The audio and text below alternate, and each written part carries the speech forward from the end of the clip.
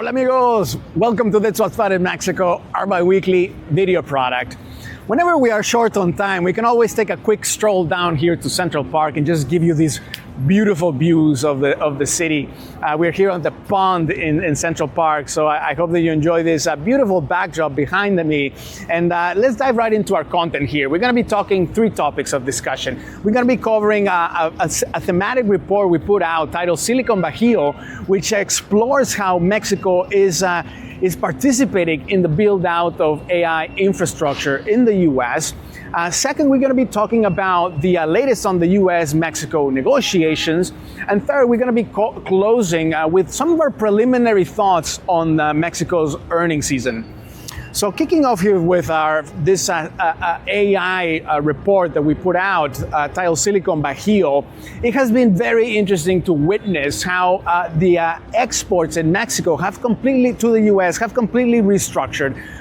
We have seen now how AI-related components are basically now neck to neck to the venerable transportation export that had made up the largest export line in Mexico. So this is a new shift that we have seen as these companies continue to build out all of the necessary AI infrastructure in the US. Mexico is participating through components, through different data processing units, graphic processing units as well, electronics, cooling systems. There's a wide variety of products related to this infrastructure.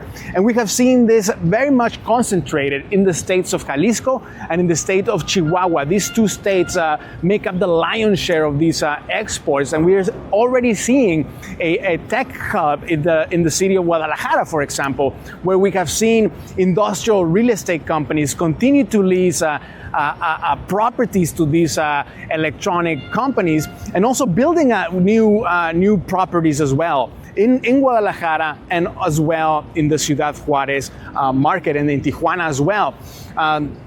So it has been very interesting to see these dynamics at play, and you might ask yourself whether Mexico has the necessary power for these industries.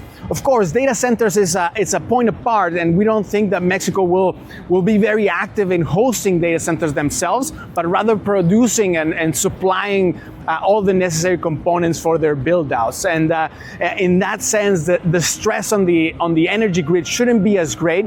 We've also seen the administration taking a much more active, proactive approach in building out this renewable generation. As we saw recently a very successful auction. So we do expect a new FDI to come in the coming quarters. We saw basically an investment strike during the AMLO administration, as you can see by the FDI figures, particularly in electricity. So we do believe that we are likely to see that turning around. And there's a host of companies in Mexico that benefit, of course, the industrial real estate companies, but also all of these contract manufacturers and few energy companies, more on the small cap side, but few energy companies that Mexico has as well.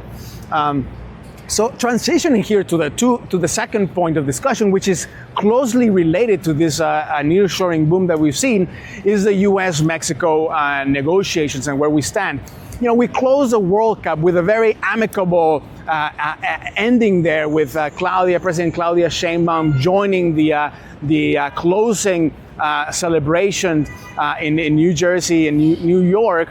Of course, spending quality time there with President Donald Trump and First Lady Melania Trump, as well as Prime Minister Mark Carney. So we do believe that this interactions at the highest level bode well for the overall negotiations. We also saw USTR Jamieson Greer visiting Mexico for the third round of bilateral talks in connection with the USMCA review this week. And of course, we saw very positive press releases coming off from both sides that they continue to work in a collaborative fashion. We did not see an agreement, a concrete agreement being reached this time around, but it was encouraging for us to see that they have already penciled in the fourth round of bilateral talks scheduled for September 11th, so in DC. So of course, we're going to be monitoring very closely the headlines leading up to the day. And of course, we'll be waiting to see whether the US and Mexico can reach any agreements that would give more legs to this nearshoring boom that we have already starting to see some early signs of. And just to close us here with our first impressions on the Mexican earnings season, we've seen several mixed signals. No, we do think that the World Cup was a surprise, at least to us, on the effects, or the lack of thereof, I should say, on the aeronautical sector. So we've seen weak results on that front. Traffic clearly underwhelmed of international tourists coming into Mexico. It probably dissuaded more people of coming to Mexico to avoid the crowds.